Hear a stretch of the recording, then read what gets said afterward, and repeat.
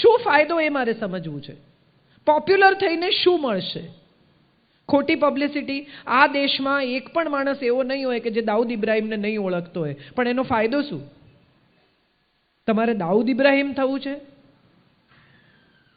Popular થઈને ક્યાં પહોંચવું છે એ તમારે નક્કી કરવાનું છે. ખભો ખોલીને આજે તો તમે ફોટો પડાવશો ને 100 લાઈક વધી બી જશે, પછી શું? એ ફોટાનો કોણ ક્યાં કેવો ઉપયોગ કરશે એની આપણને ખબર નથી. તમે આજે હમણાં ઘરે જઈને ગૂગલ પર સર્ચ કરજો અભિનેત્રીઓની નગ્ન તસવીરો. મોટા ભાગની ફિલ્મ એક્ટ્રેસીસના ફોટા, એમના ફેસ બીજા શરીર પર ફિટ કરીને કેટલી બધી પોર્ન તસવીરો ફરે છે ને લોકો એન્જોય પણ કરે છે. સામાજિક સુરક્ષા એટલે માત્ર રેપ ન થાય, છોકરી રાત્રે મોડી સમયસર ઘેર આવે, સેફ આવે, તમારા બેંક અકાઉન્ટ સેફ રહે, તમારા પૈસા કોઈ ચોરી ન જાય, વૃદ્ધો પર કોઈ હુમલા ન થાય, દીકરાઓ બાળકો સ્કૂલેથી સેફ પાછા આવે. આને તમે સામાજિક સુરક્ષા કહો છો? ના, હું એને સામાજિક સુરક્ષા કહું છું કે જે દેશમાં હેલ્ધી માઇન્ડ્સ ગ્રો થાય, સ્વસ્થ મન, સ્વસ્થ મગજ. ગંદકી તમારી ભીતર ધીરે ધીરે ધીરે ધીરે ધીરે ધીરે એવી જમા થવા લાગી છે, મારી ભીતર પણ થતી હશે. ઇન્ફોર્મેશનનો મારો. તમે વિચાર કરો, પાણી પીવાથી સારું થાય ને નહીં પીવાથી સારું થાય, કેળા ખાવાથી સારું થાય ને મોટાપા ઘટાવો, આવું તમે લખો તો તમને 100 સજેશન આવશે. જીરું ને ફલાણું મિક્સ કરીને અળસી ને ફાકો, વજન ઉતરી જશે. એ ફાક્યા પછી રોજ એક વડાપાઉં ખાવ, હું જોઉં તો ખરી કેવું ઉતરે છે વજન. નોનસેન્સ. જેને જે સૂજે તે નાખતા જાય અને બધા જે ઇન્ફોર્મેશન ઉપર નાખે એ આપણે વાંચીએ ને આપણા મગજમાં જાય. આ દીપિકા અને રણબીરનું તૂટી જશે. કેમ? તો કે ગઈકાલે આ ગૂગલમાં વાંચ્યું. કોણે લખ્યું? કોને ખબર. આટલા વર્ષો સુધી ઐશ્વર્યા રાય ને અભિષેકને બને છે કે નહીં એ વિશે પ્રશ્નો દરેક જગ્યાએ ચર્ચાય. 2 સ્ત્રીઓ ભેગી થાય એટલે કે આ રેખાએ ડાન્સ કર્યો આઈફા એવોર્ડમાં, પણ બચ્ચન સાહેબ જોવા ના આવ્યા. કેમ? કે પહેલા વાત થઈ જ ગઈ હોય ને કે તમે ના આવતા, નહીં તો કેમેરા તમારા ઉપર રહેશે, મારા પર નહીં રહે. સાહેબ, 63 વર્ષની સ્ત્રી 13.5 મિનિટ નાચી શકે છે, એ વાતને સલામ છે. બચ્ચન આવે ના આવે કઈ ફરક નથી પડતો. આખી જુવાન જનરેશન, બધા જ 4 5 યુવાન જનરેશનના છોકરાઓ બેસીને જોતા હતા ને જેવો એનો ડાન્સ પત્યો એ બધા ઉપર આવીને એને પગે લાગ્યા. 63 વર્ષની બાઈને સલામ છે વાતને. હું એને ગ્રેસ કહું છું. એ કોની સાથે રહે છે, એને કોની સાથે ફાવે છે, એને કોની સાથે નથી ફાવતું, એના વરે સ્યુસાઇડ કર્યું, આમાં શું કામ પડીએ છે આપણે? કોને કોની સાથે ફાવે છે, કોની સાથે અફેર છે. કેટલી બધી પત્નીઓને પતિના ફોનનો કોડ ખોલવો હોય છે, હા કે ના? બર્થડે નાખે ને એનિવર્સરીની ડેટ નાખે ને 00 નાખે ને 1 2 3 4 નાખે ને બધા કોમ્બિનેશન નાખી જુએ. ખોલીને એને જાણવું હોય કે અંદર શું છે. લોક જ નહીં કરવાનો. અમારા ઘરમાં નિયમ છે, કોઈએ કોઈનો ફોન જ લોક નહીં કરવાનો. બધાનો ફોન ખોલી શકે અને બધાના ફોનમાંથી ફોન પણ કરી શકે. મારો એ બંધ ન હોય, અત્યારે ત્યાં નીચે પડ્યો છે, ખોલી શકાય. એવું હોય શું તમારા ફોનમાં કે તમારું સંતાન ન જોઈ શકે? એવું હોય શું તમારા ફોનમાં કે તમારા મા બાપ ન જોઈ શકે? કેમ ન જોઈ શકે? ફેસબુક પર ફ્રેન્ડ રિક્વેસ્ટ મોકલો તમારા સંતાનને, હું જોઉં કેવું એક્સેપ્ટ કરે છે. મોટા ભાગના મા બાપ ફ્રેન્ડ રિક્વેસ્ટ મોકલે, છોકરાઓ ફેસબુક પર એક્સેપ્ટ જ ના કરે. કેમ? કે મારા ફેસબુકમાં ઘૂસે તો જાણે હું શું કરું છું. મારો દીકરો બધું મારા ફેસબુક પર શેર કરે છે મારી સાથે. તમે જોઈ શકો છો, મારા પ્રોફાઇલ પર જોઈ લેજો. તથાગત બધું જ શેર કરે છે, જે લખે બધું.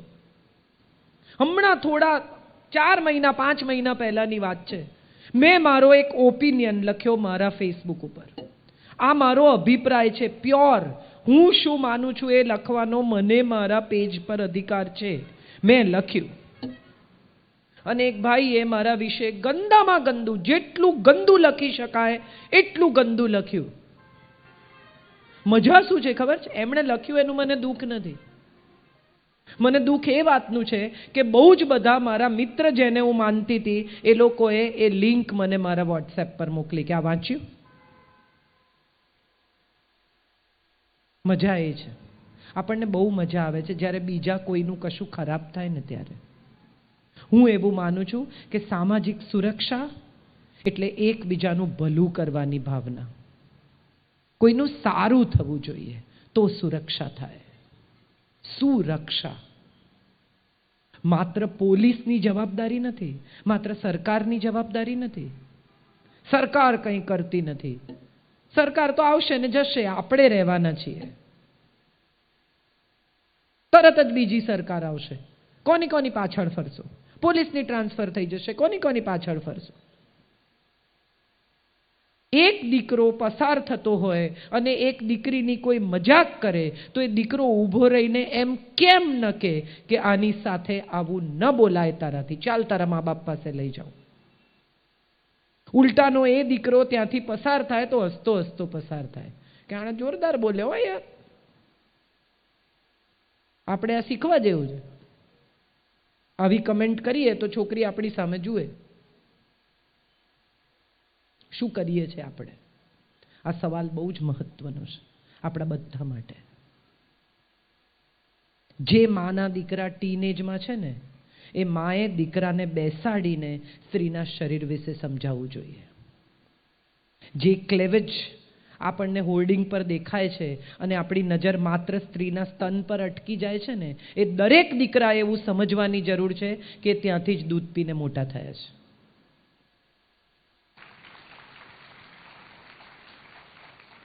હમણાં જ એક ફિલ્મ છે નેટફ્લિક્સ પર ન્યૂડ કરીને. જે લોકો પાસે નેટફ્લિક્સ હોય એ જરૂર જુએ, આવું મારું સજેશન છે. એક સ્ત્રી ન્યૂડ મોડલિંગ કરે છે આર્ટ સ્કૂલ માટે. એના ન્યૂડ પેઇન્ટિંગ્સનું એક્ઝિબિશન છે. એનો પોતાનો દીકરો એના પેઇન્ટિંગની સામે ઊભો રહીને એક્સાઇટ થાય છે. જેવી એની નજર ઉપર જાય છે માના ચહેરા પર, એવો એ પેઇન્ટર સાથે જઈને ઝઘડવા લાગે છે. બસ આપણે આ જ છીએ, દંભી, જુઠ્ઠા. મારી બેન, મારી પત્ની, મારી દીકરી સેફ હોવી જોઈએ, બાકી બધાનું જે થવું હોય તે થાય, ચૂલામાં જાય. સંજયભાઈએ કહ્યું 4 દીકરીના પિતા છે. આઈ એમ શ્યોર એમને ખબર હશે કેટલું ગંભીર છે આ. દીકરી બહાર નીકળે અને પાછી આવે ને ત્યાં સુધી એક બાપની ઊંઘ ઉડી જાય એવા દેશમાં આપણે જીવી રહ્યા છીએ ને એ વધુ ને વધુ ગંભીર થતું જાય છે. કેમ થાય છે? 9 વર્ષની દીકરીએ, 5 વર્ષની દીકરીએ કયા એવા કપડાં પહેર્યા છે જેનાથી પુરુષ એક્સાઇટ થાય? મને સમજાવો જરા. બહુ ગંભીર વાત છે મારી, અને મારે આને જરાક પણ મજાકમાં આજે ડાયલ્યુટ નથી થવા દેવી. તમારે બધાએ આ સમજવાની જરૂર છે ને હું તો સમજુ જ છું કે રોજ સવારે છાપામાં આપણને 2 રેપ, 1 મોલેસ્ટેશન, 2 ધોખાધડી આજ આપણે વાંચીએ છીએ. એક રિક્ષાવાળો પાકીટ પાછું આપી જાય ને તો એ ત્રીજા પાને ક્યાંક ખૂણામાં લખ્યું હોય, આશુભાઈ બેઠા છે, એમને તો બરાબર ખબર છે, તંત્રી તરીકે કામ કરી ચૂક્યા છે. એ ક્યાંક ત્રીજા ચોથા પાને આટલા નાના ન્યૂઝ હોય. અને દાઉદ ઇબ્રાહિમ ધડાકા કરે કે કોઈ આરએસએસ વાળા જઈને દુકાનો તોડે, કે કોઈ છોકરીને મારે, કે કોઈ વેલેન્ટાઇન ડે બંધ કરાવી દે, કે ફલાણું કરે, કે મંદિરમાં કંઈ થાય તો એના ન્યૂઝ હેડલાઇન બને. મીડિયાનો પણ બહુ મોટો રોલ છે આમાં. સંજયભાઈએ ફિલ્મોની વાત કરી. ખાલી પ્રેમ નહીં સંજયભાઈ, વિલનને જુદા જુદા ગેટઅપ આપવામાં આવે છે. હીરો બિચારો કંઈ ન કરે, વિલન કેટલો હેન્ડસમ છે, વિલન કેટલો સ્ટાઇલિશ છે, વિલનનો લુક શું બનાવીશું, એના પર વધારે કામ કરે હીરોના લુક કરતા. વિલનને ડાયલોગ આપે, મોગેમ્બો ખુશ હુઆ, લોકોને હજી બી યાદ છે. કિતને આદમી થે, હજી બી યાદ છે. આજથી કેટલા વર્ષ પહેલા બનેલી ફિલ્મ અપને પરાએ, એમાં શત્રુઘ્ન સિન્હા પહેલી વાર વિલન તરીકે આવે. એમાં બોલે છે શામ સે કહેના ચેનુ આયા થા. બધાને આજે પણ યાદ છે, શામ સે કહેના ચેનુ આયા થા. વિલનના ડાયલોગ યાદ છે આપણને બધાને. ડોક્ટર ડેંગ યાદ છે આપણને, શાન નો શાકાલ યાદ છે આપણને. વિલનના અડ્ડા એવા ફેન્સી બનાવે બધા, આમ ટેકનોલોજી હોય ને ઉકળતું હોય ને કંઈક પડતું હોય ને કંઈક થતું હોય ને હીરો બિચારો ત્યાં જઈને સ્ટ્રગલ કરે. બધાને એવું સમજાય કે આ હીરો થઈએ તો સ્ટ્રગલ કરવી પડે, વિલન થઈએ તો આવા અડ્ડા મળે. હા કે ના? સમજાય છે મારી વાત? પહોંચે છે ધીરે ધીરે? આ ફિલ્મો કોઈ કારણ વગર તમને કંઈક એવું આપે છે જે નોનસેન્સ છે, મનોરંજન છે, જઈને જોવાનું, ઘેર આવીને ભૂલી જવાનું. આનું કોઈ મહત્વ નથી. આવા વિલનો જગતમાં ક્યાંય આવા અડ્ડા હોતા નથી. આવા કોઈ આઇલેન્ડ ઉપર હેલિકોપ્ટરો ઉતરતા નથી, અને ઉતરે તો સરકાર ઉતરવા દેતી નથી. અહીંથી ખાલી તમારે દમણની અંદર દાખલ થવું હોય ને તો એ 3 ચોકી વટાવવી પડે છે. અહીંથી તમારે દીવ જવું હોય ને, બહાર નીકળવું હોય, 1 બાટલી દારૂ લાવવો હોય ને તો એ 3 વાર ડેકી ખોલાવે છે. એમ ખોખા ને ખોખા દારૂ કોઈ લઈ જઈ શકતું નથી ને કોઈ લાવી શકતું નથી. આપણે બધા ગ્લેમરાઇઝ થઈ ગયા છીએ કે વિલન આવો હોય, દાઉદ નામ ચશ્મા પહેરેલા ફોટા આમ મૂકે બધા, એ કેવા રેબેનના ગ્લાસ પહેરે છે ને, શું કરે છે ને, એ કેવી રીતે ફિક્સર છે ને. એ ફિક્સરને કોણે તોડ્યો એને આપણે હીરો નથી બનાવતા. આપણા મીડિયાએ સમજી વિચારીને આપણને એ જ પીરસ્યું જે આપણને ભાવતું હતું, અને આપણે ભાવતું ખાતા રહ્યા માટે આપણને ખરેખર જે પોષક હતું એ મળ્યું જ નહીં. This is the truth of life. વિરોધ કરવો જોઈએ આનો. હું કરું છું. નેટફ્લિક્સ ઉપર સેન્સરશિપ નથી. પુષ્કળ હિંસા, પુષ્કળ કચરો, પુષ્કળ બ્લડ શેડ, પુષ્કળ સેક્સ, વાયલન્સ ભરપૂર વેચાય છે અને બધા જુએ છે, કારણ કે બધાને એમ છે કે જીવનનું આ જ સત્ય છે. ખજુરાહો એ પણ સેક્સ છે, પણ કેટલી કલાત્મકતાથી રજૂ કરવામાં આવ્યું છે, જેમાંથી સર્જનની પ્રવૃત્તિ થાય છે. આપણે બધા જ્યાંથી જન્મ્યા છીએ એને આવી ગંદી રીતે રજૂ કરવાનું, આટલી વલ્ગર રીતે, અને એને આપણે જોઈએ છીએ, આપણને મજા પડે છે. સાહેબ, અહીં બેઠેલા મારા તમામ યુવાન દીકરાઓને મારે કહેવું છે, અને આ વાત તમને એટલા માટે કહું છું કારણ કે તમે આવતીકાલનું ભવિષ્ય છો. જ્યારે જ્યારે એક નગ્ન સ્ત્રીનો ફોટો જુઓ ને ત્યારે એવું યાદ કરજો કે એ સ્ત્રી પણ કોઈની માં છે, એ પણ કોઈની બહેન છે, એ પણ કોઈની દીકરી હશે. રાજ કપૂરની એક ફિલ્મ છે, એમાં પ્રેમનાથ એને એક સેક્સ વર્કરને ત્યાં લઈ જાય છે. રાજ કપૂર અંદર જાય છે અને બહાર આવે છે ને પ્રેમનાથ એને પૂછે છે કે શું થયું, મજા ન પડી? રાજ કપૂર બહાર આવીને કહે છે કે ઉધર તો औरत है नहीं, उधर तो एक माँ है. આપણે બધા આ વાત સમજવા તૈયાર નથી, અને હવેના સમાજમાં માત્ર સ્ત્રીઓ અનસેફ છે એવું નહીં માનતા, પુરુષો પણ અનસેફ છે.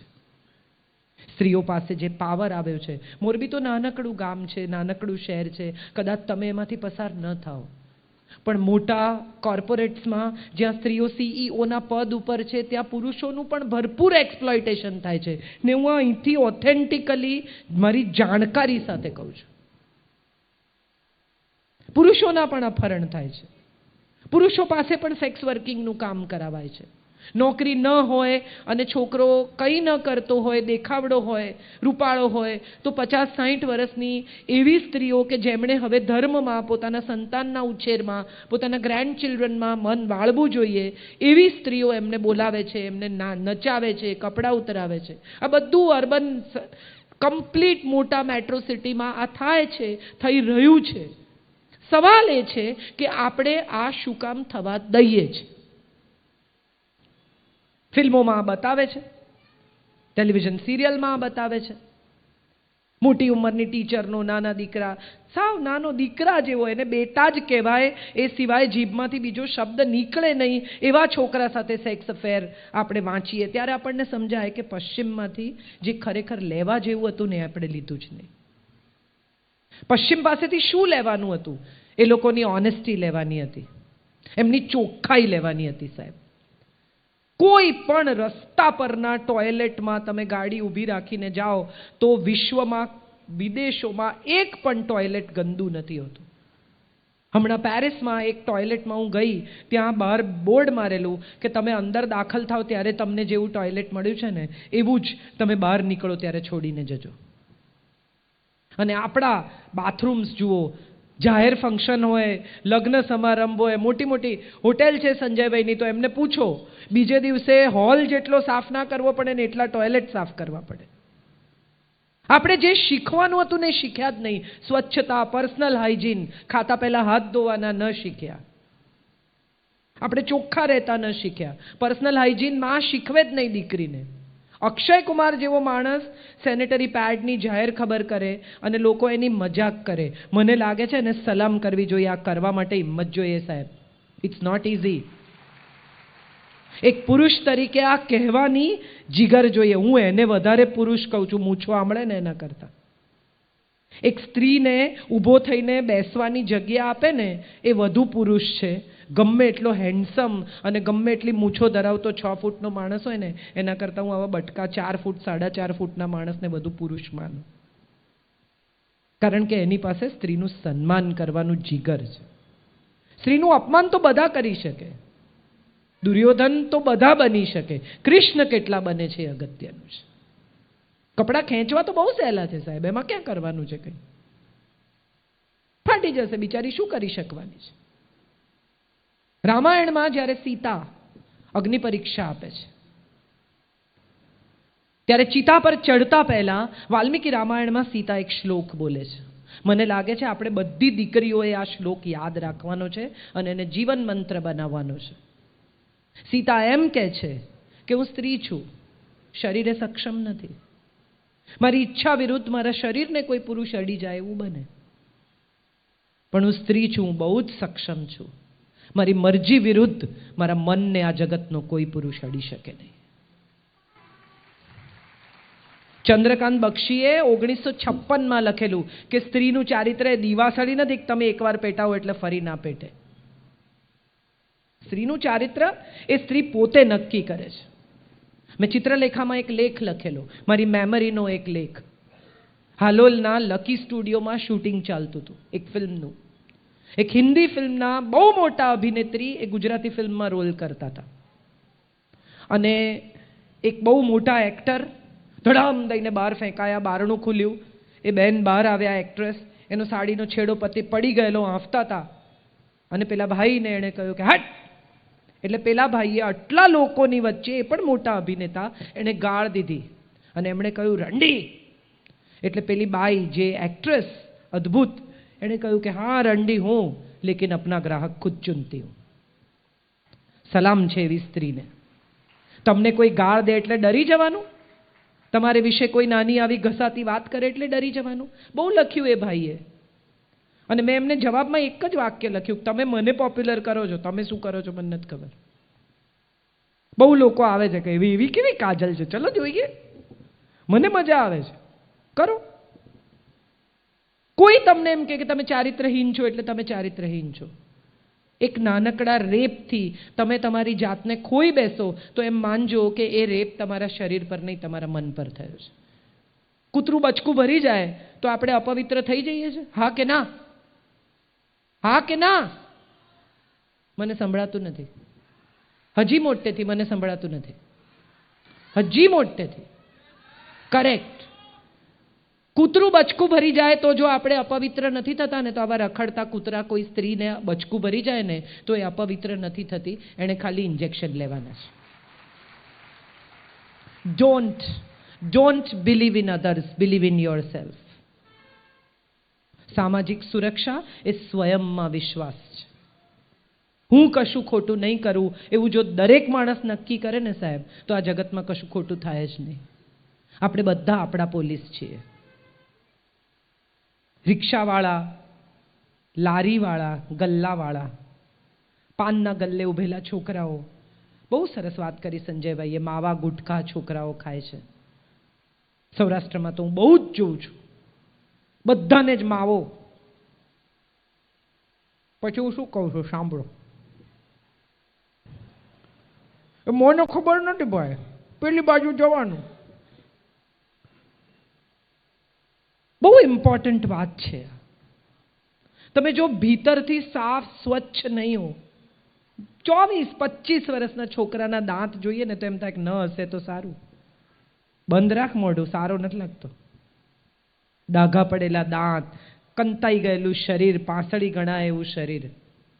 પછી છોકરીને તમે ગમો નહીં એટલે તમને એમ થાય કે હવે કોઈ પણ રીતે આને મેળવવી છે, એટલે તમારે કશું ખોટું કરવું પડે, એને મોલેસ્ટ કરવી પડે, રેપ કરવા પડે, ઉઠાવી જવી પડે.